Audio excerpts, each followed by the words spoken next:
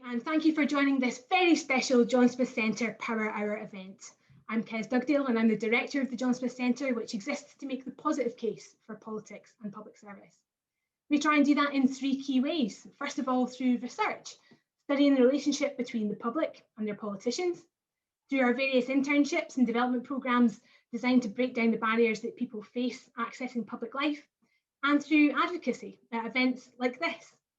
This is our 10th Power Hour event, and a huge thank you goes out to all of those of you who have joined us time and time again. For those of you who are joining us for the first time, no doubt to hear from our extra special guest, let me explain that our Power Hour series is designed to take a different aspect of power in each event and seek to explore it with a guest who is really excelling in their field. Recent guests have included Resolution Foundation Director Torsten Bell, the Shadow Secretary of State for International Development Preet Gill, and the former Change UK and Tory MP Anna Soubry. All of our Power Hour events are recorded and available to watch again on the John Smith Centre website. Tonight we are delighted to welcome State Senator Sarah McBride to the University of Glasgow. Sarah has been involved in community advocacy for most of her life. She's worked for former Delaware Governor Jack Markell, the late Attorney General, Beau Biden, and even in the White House as an intern during the Obama administration. Most recently, she served as a spokesperson for the Human Rights Campaign, which is the United States' largest LGBTQ equal rights organisation. That's until she was elected in November 2020 to the 1st District of Delaware, becoming the first openly transgender state senator in American history. We couldn't think of a better guest to mark the UK's LGBT History Month with, so welcome, Sarah. If you're watching this event live tonight, you can participate at any point by writing a question in the Q&A box at the foot of your screen. That will come through to the team here at the John Smith Centre, and I'll combine them with those submitted in advance, fielding as many as I possibly can to Sarah over the next 60 minutes. If you've joined our events before, you'll know that we like to start by getting to know our guests a little bit better before discussing their working lives and finally their hopes and fears for the future. So please do shape the conversation by posing your questions in the Q&A box. So Sarah, tell us about the great state of Delaware. Well, thank you so much for having me. I'm really excited to be here. I think the only place that can compare to actually joining you from Scotland is joining you from the wonderful state of Delaware here in the US.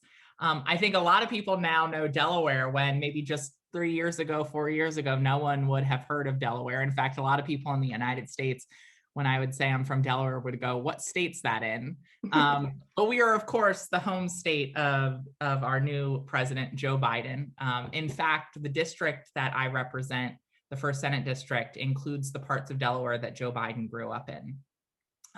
We are a small state with under 1 million people. We're the 2nd smallest state in the United States, but we are the first state. We are the first state to have ratified the US Constitution. So at one point we were the entirety of the United States. And we're a small state, but in that smallness, we're almost a small town as a state because everyone here knows one another. I like to call us a state of neighbors. And with that comes a close-knit community where we feel a deep sense of responsibility to one another, to share in each other's joy, but also to share in each other's pain, to look out for one another when tough times hit. We are a state that, while small, reflects really the diversity of the United States demographically, economically. Our northern part is industrial, financial services, sort of your traditional urban economic environment, where our southern part of our state's pretty rural and where agriculture is the top industry. We are a fairly blue state, although we have a long way to go before we really live up to our role as a progressive blue state here in the United States. But it's a wonderful community, and it's a community where, because we're so small and have incredible diversity, where we're able to build proximity with one another, where we're able to get through and get past a lot of the divides that plague so many states and countries around the world. Divides between people of different colors, different people of different classes, people of different religions. We still certainly struggle absolutely with those prejudices, but I believe we have a unique opportunity here because of our small size to really break through that. So I call myself the ultimate statriot. I call us the greatest state in the history of the Union. And it's just such a privilege to be able to serve this state and serve this community that I grew up in. And what was it like to grow up in Delaware? What were you like at school? Were you academic in your outlook? What did you think you were going to be when you grew up?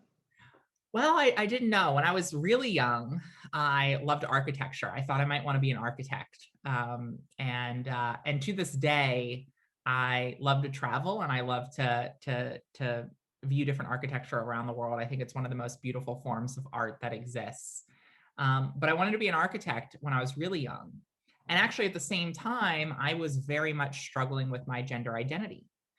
And as I started reading about architecture, I stumbled across books about the White House and the US Capitol and marveled at the change that occurred within those walls. I discovered not just the history of the building, but the history of the country that occurred within those buildings. And I found a lot of hope in that. I found hope in the fact that the story of our history is the story of advocates, activists, everyday citizens, and a courageous few elected officials who work together to bring in people who were long cast to the margins and into the shadows into the circle of opportunity. And that each generation's story was a deepening of understanding of the first three words in our Constitution, which is "we the people." And so I got involved in politics at a really young age. How young are we talking here, though? How young are we talking? I mean, I started reading about politics. So I wanted to be an architect when I was like 5, 6. And then I started getting interested in politics when I was like 7 or 8. Right. Because it was at a really young age that I was grappling with how I fit into this world and seeing that hope that I found in those history books in politics, that it was the place where you could make the most amount of change for the most number of people in the most number of ways possible. So I didn't know that I wanted to necessarily run for office, but I knew I wanted to be involved. I wanted to be in the arena, as they say. And yet at the same time, it seemed impossible for someone who was out and trans to do that. And so who influenced you? Because that's an awful sense of justice, a really strong sense of justice for someone so young. You must have had other influences in your life who were shaping you and encouraging you to see politics as a force for good that it is. My family was certainly a family that was politically aware, civically aware, where we discuss and debate issues around the dinner table. But I think in many ways, it really was just this deep internal struggle that I had that instilled in me a deep sense of justice. And, you know, I searched for hope. I searched anywhere I could find hope. And I found hope in those history books. And that's one of the reasons why I think empathy is such a powerful human emotion and such a powerful driver of social change, is because I think for me, it was in reading those history books and understanding how I felt that I developed a strong sense of justice based on that empathy that was rooted in my own pain. So can we explore a little bit more about your gender identity and also how your politics were developing? So I'm guessing we're about the same age. So we're talking about the 90s here? Yeah, definitely the 90s into the 2000s. Yeah, okay. So I might have a few years on you. We'll not trade ages at this stage. But were you studying politics? Did you go to university? Were you academic at school? How did you take that sense of knowing in your heart what was right and what was wrong and making it your life? Because all you've ever done is work in public service in one form or another. So tell us about what happens next. Well, I wouldn't say I was the most academic. You know, I definitely did well in my social studies courses, but I think if you ask any of my other subject matter teachers, they'd say I was a good student, but probably they'd say I was better at bullshitting than I was actually the actual subject. But where I did channel that passion, that interest, that hope was in volunteering for campaigns. Okay. I started volunteering when I was 13 for a candidate here in Delaware. And because we're so small, you can be a 13-year-old, a 14-year-old, volunteer on a campaign and get to know all of our elected officials, get to know our US senators, our congresspeople, our governor, our members of the state legislature. You get to know them on a first name basis here in Delaware. And so as a young person, I started volunteering, and I volunteered for a guy named Matt Den, who ran for insurance commissioner, basically the office that regulates insurance here in the state of Delaware. And then I volunteered for, interned actually on Beau Biden's campaign for Attorney General Beau Biden, the late son of our new president. Then I started working, as you mentioned, on the campaign staff of our gubernatorial candidate, who became Governor Jack Markell, and then again worked for Beau Biden's campaign for re-election. And in that moment, in those experiences, I really saw that my voice could matter. I saw that I could be young and have a seat at the table and be taken seriously. And yet at the same time, there were no examples of trans people who were doing that. And I thought coming out would be such a liability for them that I wouldn't even be able to volunteer on their campaigns anymore. And so it really did seem like my identity and my dreams were completely mutually exclusive growing up.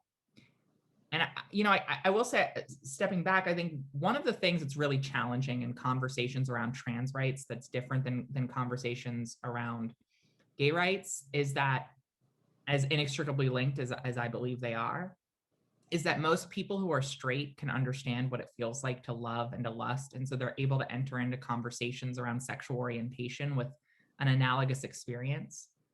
And one of the challenges that we have in the fight for trans rights is that most people who aren't trans don't know what it feels like to have a gender identity that differs from your sex assigned at birth. And the closest thing that I can compare it to was a constant feeling of homesickness, an unwavering ache in the pit of my stomach that would only go away when I could be seen and affirmed as myself. And that pain, that homesickness, it only grew with time and with distance. And it only grew as I got more involved. And I thought perhaps getting involved would heal the pain, would compensate for things, would make my life worth living if it was a meaningful life. But I saw that not only did it not heal the pain, but that the only way to have a fulfilling life, a meaningful life, is to live an authentic life. So was there a moment? I mean, you don't just come out once, right? I mean, I'm a gay woman. I've come out many, many times to many, many different people in so many different circumstances. It's not a singular event, but can you talk to us about a time maybe when you felt, I guess, like majority out to the most number of people, or started to feel really truly accepted, and how that gave you the confidence to go on and do what you do now? Yeah, it's certainly a process. And I think maybe my goal is to be so out that I never actually have to come out anymore. I think you're getting there. I think it's fair to say. I think so. I think everyone in Delaware certainly knows that I'm trans. But I first came out to a couple friends as I was still trying to come to grips with things. But the first people that I really definitively came out to were my parents. On Christmas Day in 2011, there's not much to do after you open the presents. So I was just like, might as well ruin Christmas.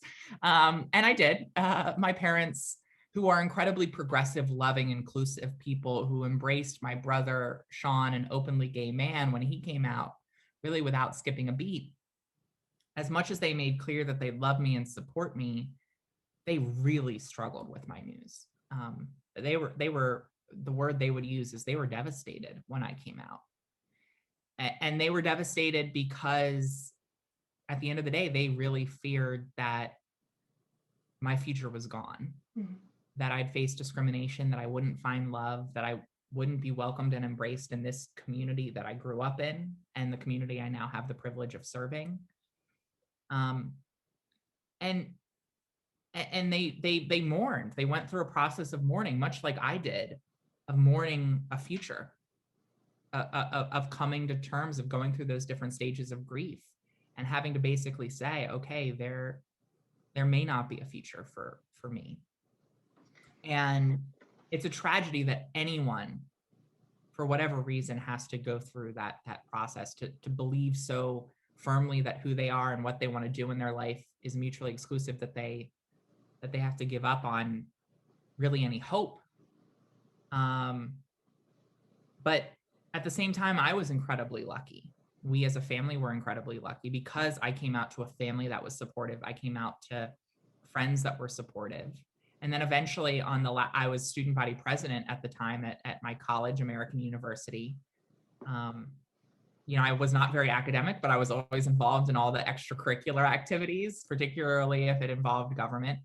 And on my last day as student body president at American University in Washington, D.C., with the courage and the confidence that my family gave me, I was able to come out in the student newspaper as trans.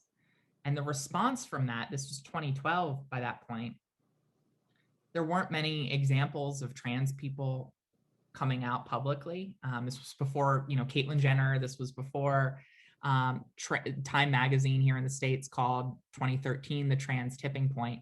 I didn't know how people would respond, but every message that came in was a message of love and support. And that was really the first time where I saw that, as understandable as my fears were, they would end up being unfounded.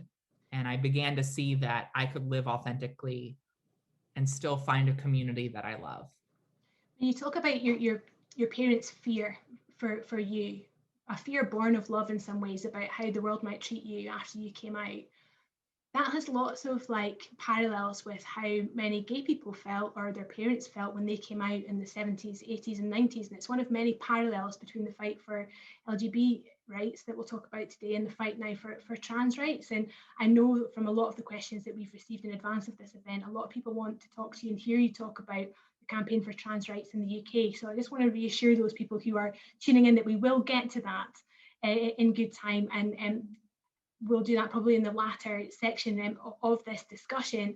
But I'm also really conscious, from an event that we had at the John Smith Centre and the University of Glasgow last week, there are maybe lots of young LGBT people watching this who are really scared right now, and living here in Scotland or across the UK, who are locked down right now. And by the nature of being locked down, they can't be their true, authentic selves for all sorts of circumstances that we don't need to go into, but we all inherently understand. And you are such a force of kind of positivity and a sense of hope emanating from you, Sarah. I wonder if there's anything you could say to people who are maybe watching this, who are really struggling just now because they are locked down in the UK, and about things getting better in the future. Well, the first thing I'd say, and frankly, I think it's probably difficult to feel in the current climate in the UK, given where the media has been, given the platform that's been provided to anti-trans activists, is to know that most people are behind you, and that there is a coalition of LGBTQ people, of trans people, of allies, of parents, of other kids, of people of every age and background who see you, who love you, and who are fighting every single day to build a better world for you, and who are ready with open arms to welcome you into that world, to welcome you into that effort, to welcome you into the community that sees your transness as a beautiful part of the tapestry of humanity, that see your transness as a beautiful strength that enhances not just your life, but the lives of those around you. And not everyone will be able to see that immediately, but there are not just dozens, not just hundreds, not just thousands, but millions of people in your own country and around the world who see that, who celebrate you. And when we get through this pandemic, and as we build a better future, I believe we will end up crafting a world where, no matter what space you find yourself in, that you will be loved, accepted, celebrated, and affirmed for who you are. And I think for me, one of the things that is, and we'll obviously dive into the situation in the UK, but one of the things that's most profound for me in the work that I have done and what I have seen is that there's the old saying by Dr. Martin Luther King that the arc of the moral universe is long, but it bends towards justice. And sometimes we can think that bends on its own. It doesn't. It bends with people working toward it. But there are things about the LGBTQ community that help to facilitate the bend of that arc, that help to foster it and frankly speed it up. And that is that all of us in the LGBTQ community, and including in the trans community, are organic agents of change. We exist everywhere across diversity in our communities. And once we start coming out, and we've already hit that critical point, it becomes inevitable that the conversation about us will no longer be politicized, that it will no longer be defensible to stand in the way of trans rights, because at the end of the day, it will become a human issue for people, because more and more their family members, their friends, their coworkers, their classmates will have come out.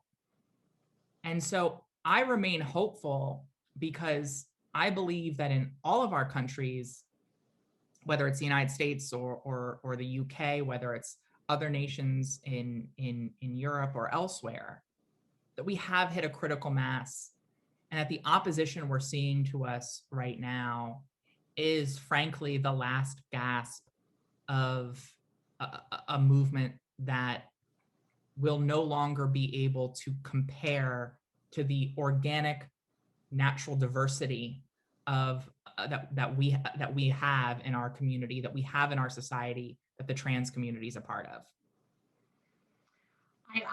I desperately want you to be right about that, and I've got every faith that you are, and we'll explore some of the barriers and perhaps to that in some good time. But I want to take you back to 2011, 2012. So you've just come out, so to speak, in your college newspaper.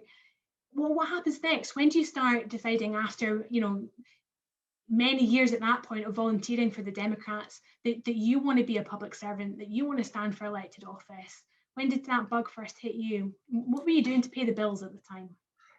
So, I think so many people who are in advocacy or activism are in many ways accidental advocates and activists.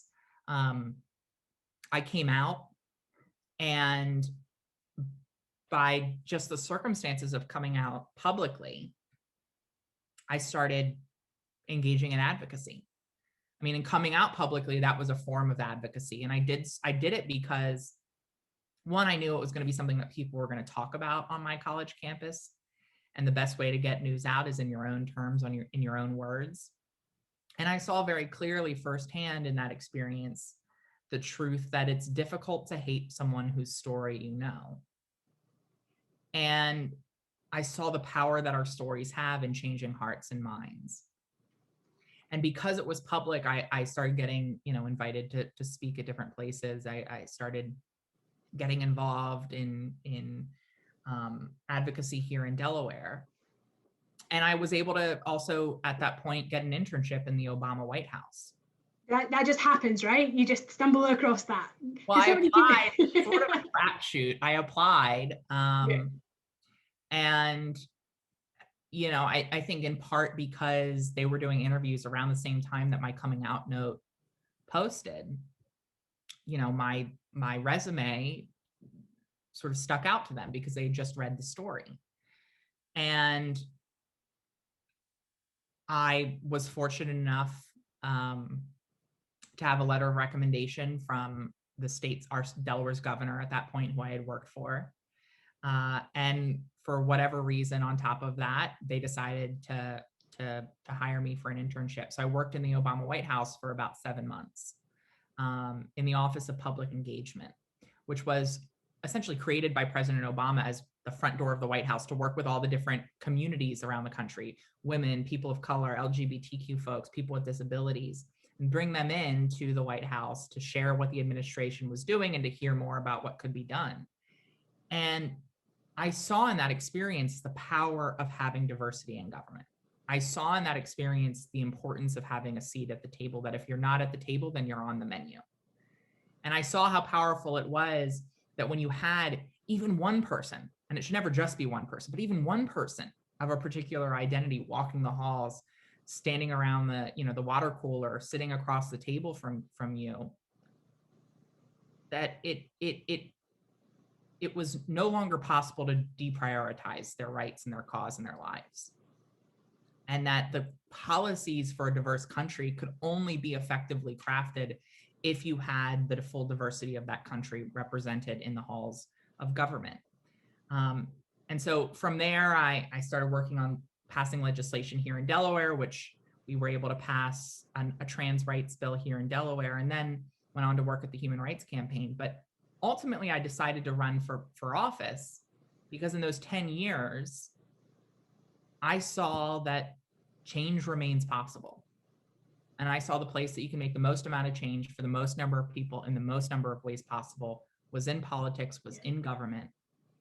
And I also saw that the fight for equality wasn't about some abstract moral principle. It was about making sure that everyone can get a job that pays the bills, healthcare that meets their needs, a quality education that prepares them for the future, and safe communities where they're treated with dignity. And the only way to achieve those things is by recognizing what my favorite poet Audre Lorde said, which is that there's no such thing as a single issue cause because no one lives single issue lives. And so with those experiences and those insights, I decided to run for office. I'm going to ask you about your kind of policy mandate and the issues that fire you up in a second, but I just wondered, were you ever worried about being defined by your gender identity? As like, was that going to put you off? If that was going to, you were always ever going to be known as the first trans state senator. Did that not worry you? Yeah, it absolutely did. And I ran the risk of that because not only am I trans, not only was I running a race that if I had won would be a first, but also because I had done so much advocacy work, so much of my professional career had been in the LGBTQ movement, that it was going to inevitably be very difficult to craft, to chart my own course and to demonstrate the full breadth of experiences that I brought to the table and identities that I bring to the table and passions that I bring to the table. That was a real challenge, particularly because the media was so focused on my gender identity. And it was focused in a positive way. Don't get me wrong. They weren't, you know, they were not, you know, falling into anti-trans tropes or stereotypes, but it was a preoccupation that in many cases superseded in their coverage the policies that I was actually running on or the other experiences that I brought to the table. I've read in other places that you described the biggest barrier to your election being the fact that you were a progressive, not that you were trans. Can you talk to us for a moment or two about what the dividing lines in Delaware are? What are the political issues in terms of how they divide the people, and how did you build a movement of people that delivered your election victory? Yeah, well, and I think it was largely based on the fact that while I'm progressive, that coupled with me being young, and frankly, for most people who were meeting me, you know, knocking on doors or making phone calls, they didn't necessarily know that I was trans in those conversations. So they saw me as a young progressive woman, and then inherently thought that, and then throw in trans if they knew it, they inherently thought that there was no way for me to work with people who disagreed with me, that I wasn't someone who would build bridges, that I wasn't someone who understood that we have to bring strong principles to government, but that at the end of the day, legislating does require compromise. And so I think there was a misconception when people would talk with me or meet me before I even had a chance to say much of anything, that I was a bomb thrower rather than a bridge builder. And I think sometimes you have to be willing to be a bomb thrower, but more than anything else, I'm a bridge builder. I consider myself a progressive who likes to get things done, and trying to convince people and demonstrate to people that was my approach to change making, I think was a barrier. You know, at the end of the day, what I was running on was the issues of healthcare. My most formative experience in my life is not my gender identity. It's my relationship. It was my relationship with my husband, Andy, who passed away from cancer. And as I'm sure you all know, I mean, the United States policies when it comes to healthcare, from everything from actually the cost of care to the benefits we have in our workplace that essentially make getting care impossible for people who are living paycheck to paycheck because they can't take time off and still get a paycheck while they focus on their health. They don't have access to things like paid leave. That we have a system here in the United States that in many instances does not only doesn't even get in the way of people getting health care, but in many ways leads people's health outcomes getting worse and worse, because maybe they do decide to try to get health care, but they're forced to give up their income. Maybe they are getting health care, but their insurance premiums and deductibles are so high that they're ending up going bankrupt anyway. And so I ran my campaign on the issues of healthcare and paid family and medical leave, because those were issues that I dealt with firsthand, and they were the issues I was hearing across this district from constituents and voters. But getting people to hear that was a challenge, particularly if I was trying to communicate through the media. So our campaign was focused on door-to-door and phone banking to ensure that we were getting our message directly to people, that we weren't relying on the media that was focused on my identity, that we were talking about the issues directly to voters and they were hearing from us. And that was the way we got our message out. Can you explain to an audience who, are largely, I'm assuming, here in the United Kingdom, where the health service is free at the point of use and an integral part of kind of what people would say makes us British? The NHS is kind of one of the things that we like to say to the world that we have and that we're most proud of. Who is against ensuring that somebody with cancer can get a paid day off their work to go and see their doctor? Well, unfortunately, so there's an ideological opposition to it, and it is crouched in the arguments of being pro-business, that if government provides a social insurance program that provides paid leave to people, funded through a payroll contribution, which is typically how it's done, that will stifle business. That's too great of a burden on business. That what will a business do if their employee takes time off for cancer and that employee was performing a unique service for that business? How will they compensate? How will they be able to provide the goods and services to their customers if someone's taking time off? At the end of the day, this comes back to the fundamental argument here in the United States about whether we believe that healthcare is a right. The NHS is a flagship institution, not just in the UK, but globally. And here in the United States, we have always struggled with an ideological opposition to government.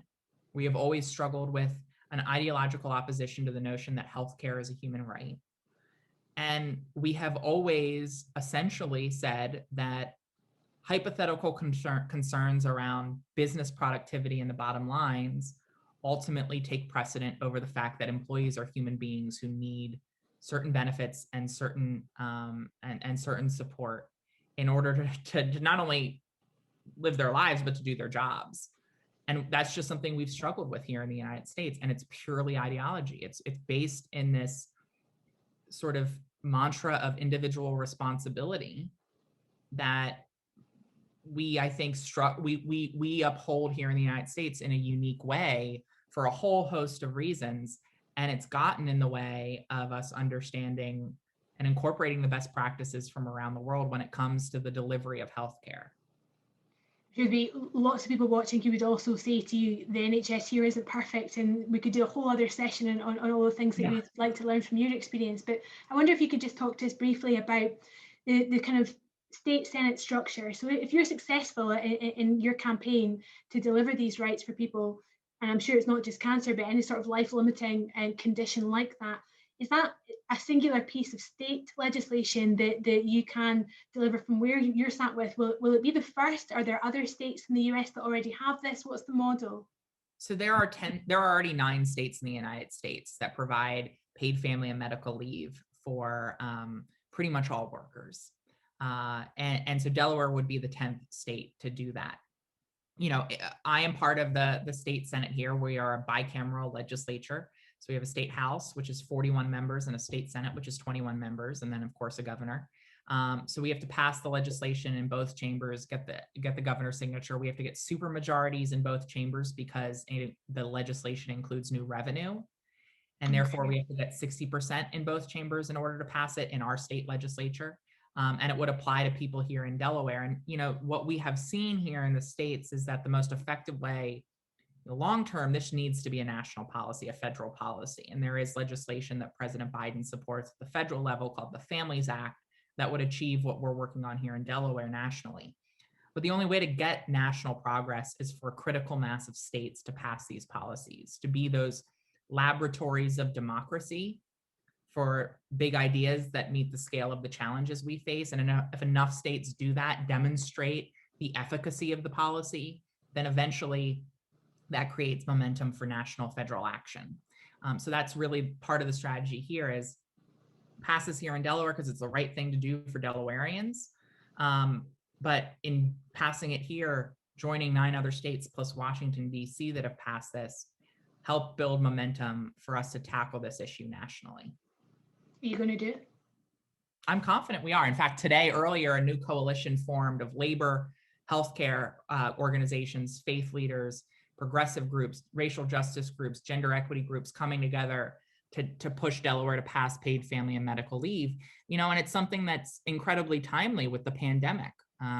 We've seen far too many people forced to give up their income in the face of illness. And whether you're dealing with COVID or cancer, the same principle should apply. And so I believe there's real momentum, there's real support, there's real demand, and there's hopefully real appetite in the legislature. But that'll rely on me, my counterpart in the state house who's sponsoring our paid family and medical leave bill, and my colleague in the state Senate, our majority leader, so one of our leaders in the state Senate who's working with me on this legislation. And I'm hopeful that we will have a coalition behind us in the legislature and among the public to push us over the finish line. We are very excited for you, and that it sounds like a tremendous campaign to be a part of, and a movement to build towards. And it's just fantastic to hear you talk about how you're approaching such a momentous task. I was told that you have an unusual interest in Scottish politics.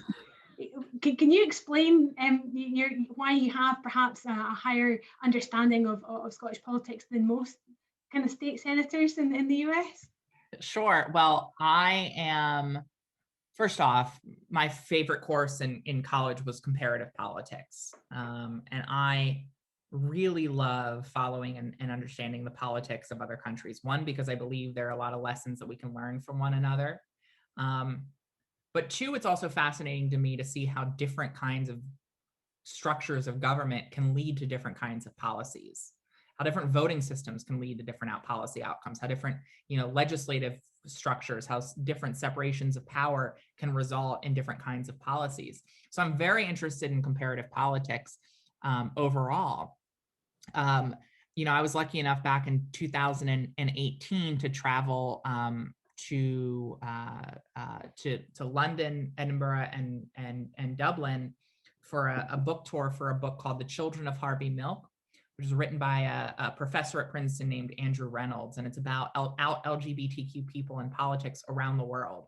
And we took a wonderful tour of England, Scotland, and Ireland, and I was able to really just dive into the politics.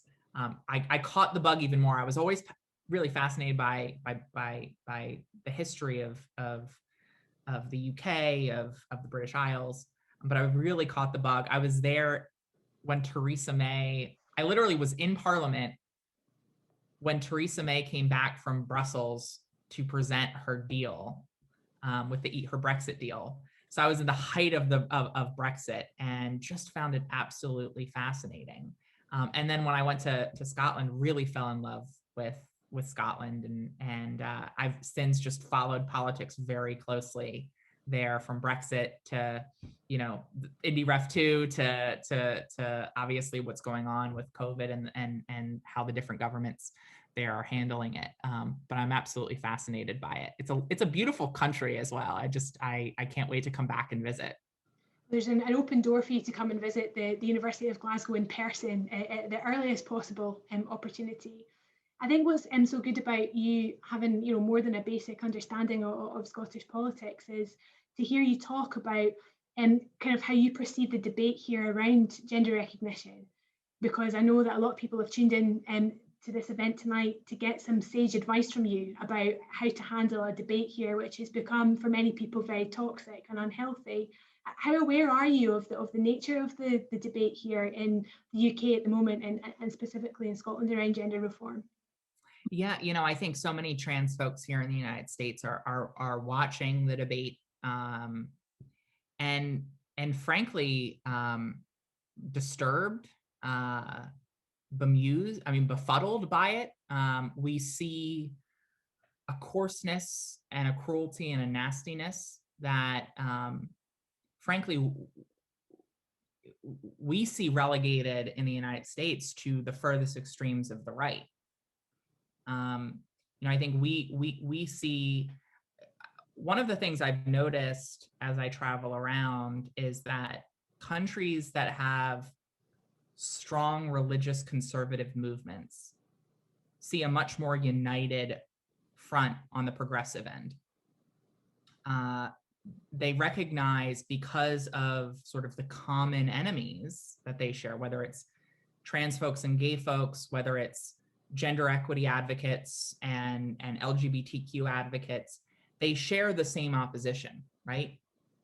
And they're able to see, because they share that same opposition, how the arguments in support of their persecution and oppression and discrimination tie in with one another. And the public's able to see that. And unfortunately, I think one of the things in the UK is that, in the absence of a similar sort of strong far-right evangelical religious conservative movement, like we see in the States, like we see in Australia, there's not this sort of clear, tangible example of how trans rights connects with gay rights, connects with women's rights and gender equity broadly. We have those tangible connections in the opposition here. You all don't have it in the same way in the UK. And so we, I think, are watching with just sort of amazement to see some on the left make common cause with Donald Trump here in the United States. And it's deeply disturbing. And I think, frankly, our heart goes out to trans folks in the UK. I think especially in England, but in the UK, where we see the media really just sensationalize, demonize trans rights and trans lives. And I think, I was pleased to see Nicola Sturgeon's recent video making clear her commitment to trans rights. That was a positive development. But the reluctance on the left for politicians to boldly and clearly embrace and stand up for trans rights is I think also a deeply disturbing thing to see. But at the end of the day, I think, one, it's so important for us in the States and for those who support trans rights in the UK to make clear that these politicians on the left and these advocates, these activists, anti-trans activists, they are making common cause with Donald Trump. They are making common cause with the American right wing. And there is a reason here in the States that those movements are one and the same, because gender equity is inextricably linked with the fight for LGBTQ rights. And I think the more that we have our personal stories told, the more we're able to break through, the more we're able to create and foster through new media, a platform for trans people to share their stories. I do believe the more we'll break through. But you all do face a uniquely challenging dilemma, because you have a media that is clearly taking the sides and selling papers off of the backs of trans folks. And you've got politicians who oftentimes are incredibly timid. Even the most supportive of trans rights seem to be overly accommodating to anti-trans prejudice. And I wish that I had a clear path forward. But I think continuing to make clear the connections between that movement and those beliefs and the far right in the United States, and essentially not only how connected they are, but in some cases they are literally, anti-trans activists from the UK are flying over to the United States to go to conferences at far right-wing think tanks. Making those connections, I think, is important. But at the end of the day, it's got to be about stories. So and we've got I've to never made that connection before about the absence of the far right being key to anti-trans sentiment. So thank you for sharing that. You've given me a lot to think about. But can I take you back to the nature of the debate in Delaware 10 years ago and ask you, the nature of the debate here just now is setting trans rights against people's feminism, saying they're incompatible. Did you have to face off that debate 10 years ago? What advice do you have to people to kind of break down that argument and say it is possible to both be a passionate advocate for women's rights and a passionate advocate for trans rights? Because that, for me, is where progressive people on the left here across the UK are really struggling. They're being told that it's incompatible. Tell them they're wrong. And they are wrong. You know, we are lucky in the States that our feminist movement is in lockstep with the trans rights movement, because they recognize exactly what you said, which is that the fight for trans rights, the fight for gay rights, and the fight for women's rights are all linked, because transphobia, homophobia, misogyny, and sexism are rooted in the exact same prejudice. They're rooted in the notion that one perception at birth, the sex you are assigned, should dictate who you are, how you act, what you do, and how you live.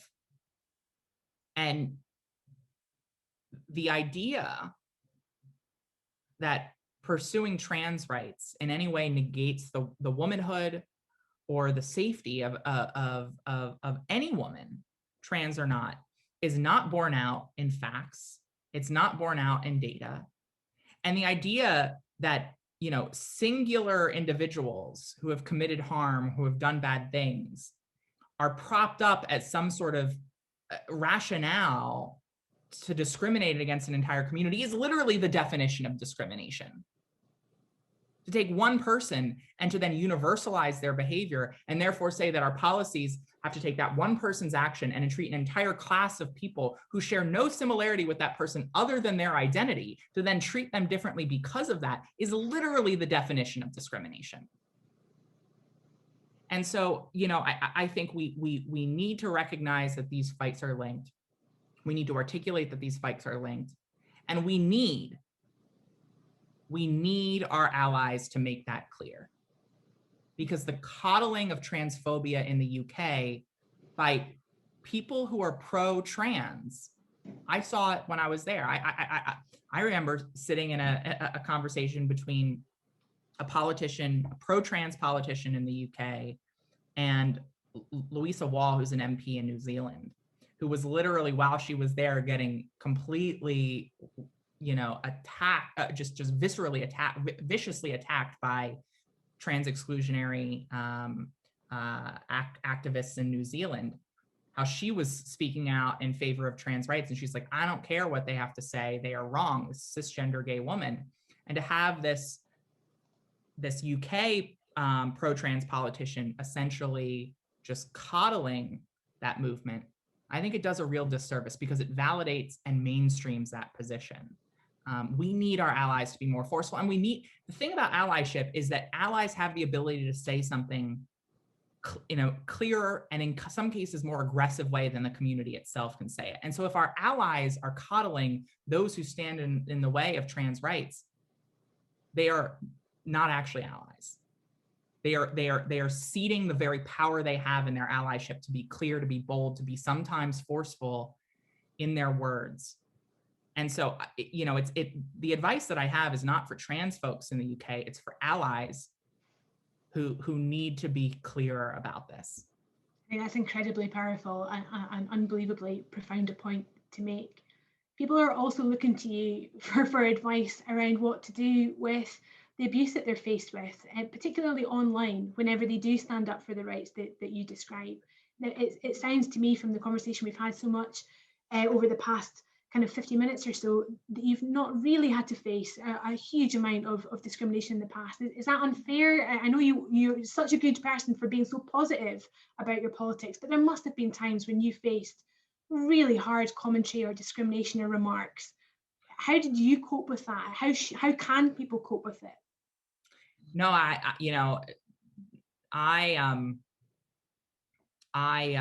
have definitely experienced my fair share, of anti-trans bigotry, of bullying, of harassment, of death threats. In fact, after I was elected, one of the first calls I got was from the Delaware Fusion Center, which is the basically the intelligence center that every state has, where they collect all their intelligence from both in their state and from other state law enforcement, to share that that neo-Nazis in Ohio were targeting me. So I am absolutely no stranger to the bullying, to the harassment, both in person and then, of course, even more so online. And I try to come back to a lesson I learned early on in my advocacy, because there was a point where I was doing advocacy work and I was reading the comments.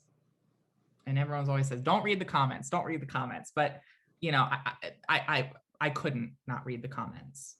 Fortunately, I no longer read the comments, but I was reading them then, and I just was internalizing everything that people were saying. And I feared that I didn't have thick enough skin to do the advocacy work. And I spent some time reflecting, and I spent some time listening to different podcasts and reading about bullying and coping mechanisms. And something I came across was from a podcast that I listened to called This American Life. And basically, the takeaway for me was that everyone deals with an insecurity.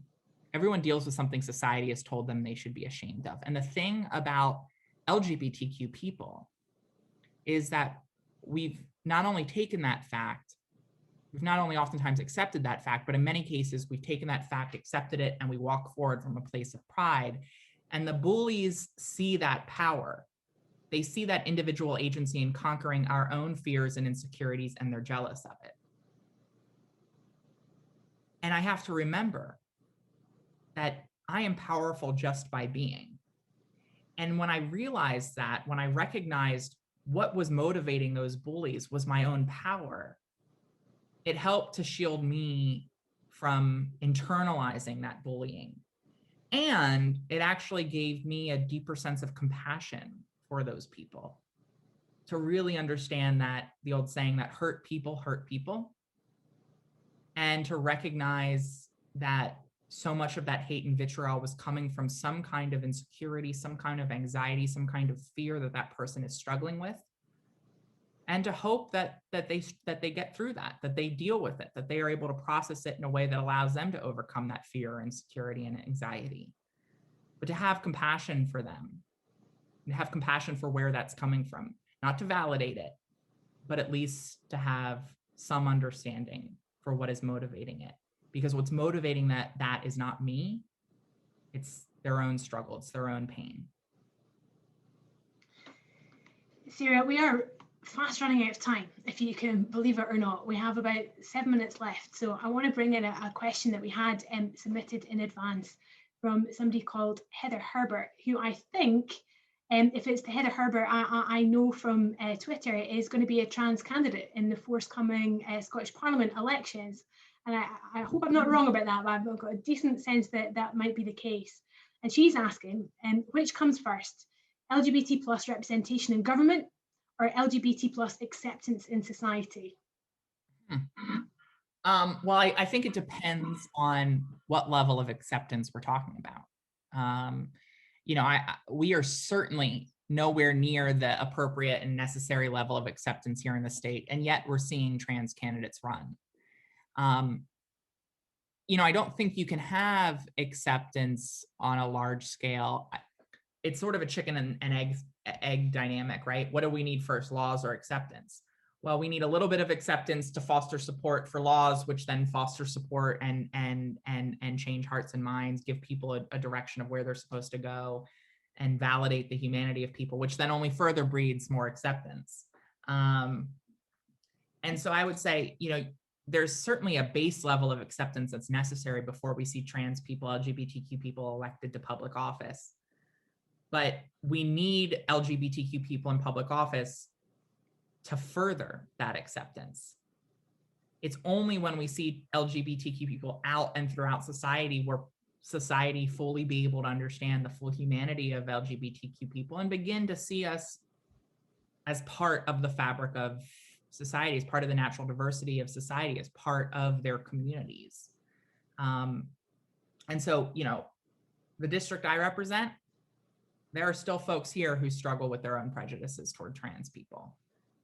There's still more work to be done around acceptance. But I also don't think that people and voters actually need to be 100%, accepting of trans people to vote for them.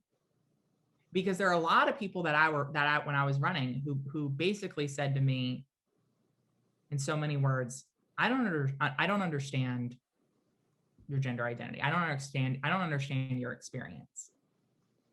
But I know two things. One is you fought for the underdog. Trans people are definitely the underdog. And you fought for the underdog, which means you'll fight for me. And the second is, I might not understand this experience, but I understand that you've gotten legislation passed. I understand that you've gone through hardship yourself. I understand that you're approaching these issues with compassion and empathy. And I don't have to understand every aspect of your life in order to understand that you are coming to these issues with the experience and the values necessary to do the job. And so, I saw that here. And so I don't think we need full acceptance before we see trans candidates winning. I think we need some level of acceptance, but more than that, trans candidates running and trans candidates winning will help foster more acceptance. I have just one final question for you, which is, I don't feel like we can go 60 minutes without talking about President Biden winning in November. And I think you probably know that it wasn't just people in the United States who took a deep breath and a sigh and just felt a sense that things were going to change across the globe as a consequence of that. But I think you also know that Trumpism, populism, whatever form it manifests itself in, hasn't gone away. And I just wonder how hopeful you are about the future, whether is this idea that progressive politics might be back something we can bank on? How do you preserve it? What are the next 4 years going to look like in the US? And you have about 60 seconds to answer that, I'm afraid. So like so many, I am deeply relieved that Joe Biden is the president. I have the chance I work for his son. I know President Biden very well. We have someone who is a decent, kind, compassionate man in the presidency now, and that will go a very, very long way. I am hopeful. I am incredibly hopeful that as more and more people of different backgrounds step up and run for office and win, we will have what it takes to break through the inevitable inertia that fosters the status quo and stands in the way of progress. Because the more diverse candidates we have, the more people we will have who have skin in the game, who understand that the political is personal, and therefore will have the persistence, perseverance, and energy necessary to break through the walls that stand in our way. There's no question that the last election didn't solve the problem. Donald Trump was a symptom of a larger problem, a problem that we are seeing here in the United States, but we're seeing across the world. We're seeing in parts of the EU. We've certainly seen as part of the motivating factors around Brexit. We are seeing this rise of white nationalism in so many places, of authoritarian, populist wannabes who win power. And that is happening because of underlying prejudices. It is happening because politicians have not solved structural issues in their societies and in their communities that need solving. And then without having been solved, people resort to scapegoating and their petty prejudices.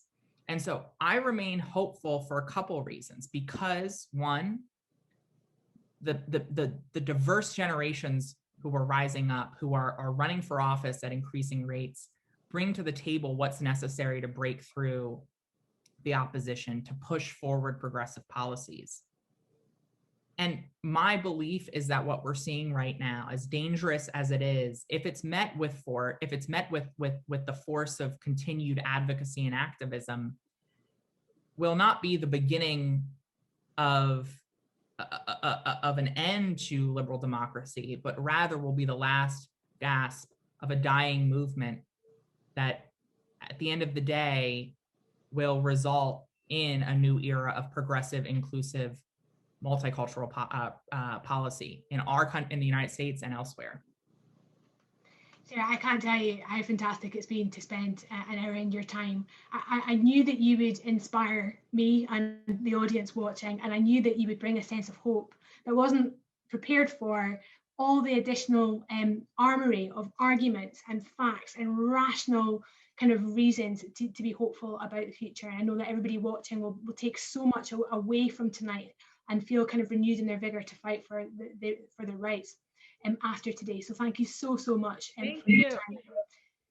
Can I say to people who are still watching with us, if you've enjoyed that, we are back tomorrow at 1 o'clock with Tanni Grey-Thompson, now Baroness Tanni Grey-Thompson, but known to most people as the 11 times gold medal winning Paralympian. She now serves in the House of Lords, and our Power Hour with Tanni will look at the role of crossbench peers in the House of Lords, and in particular her campaigns on disability rights and welfare reform. Then we'll be back on the 9th of March with David Lammy, the Labour MP and Shadow Secretary of State for Justice. We'll be talking Grenfell, Windrush and the politics of identity with David Lammy. You can register for all of those events on our John Smith Centre website just now. If you'd like to shape who you hear from next, then please complete the super quick evaluation form, which is about to appear on the screen and on your inboxes tomorrow. The feedback we get from these events is always so positive, and it's also really nice to be able to share it with our guests after they leave us. And all that's left for me to say is thanks to Sarah and thanks to you for watching. Bye for now.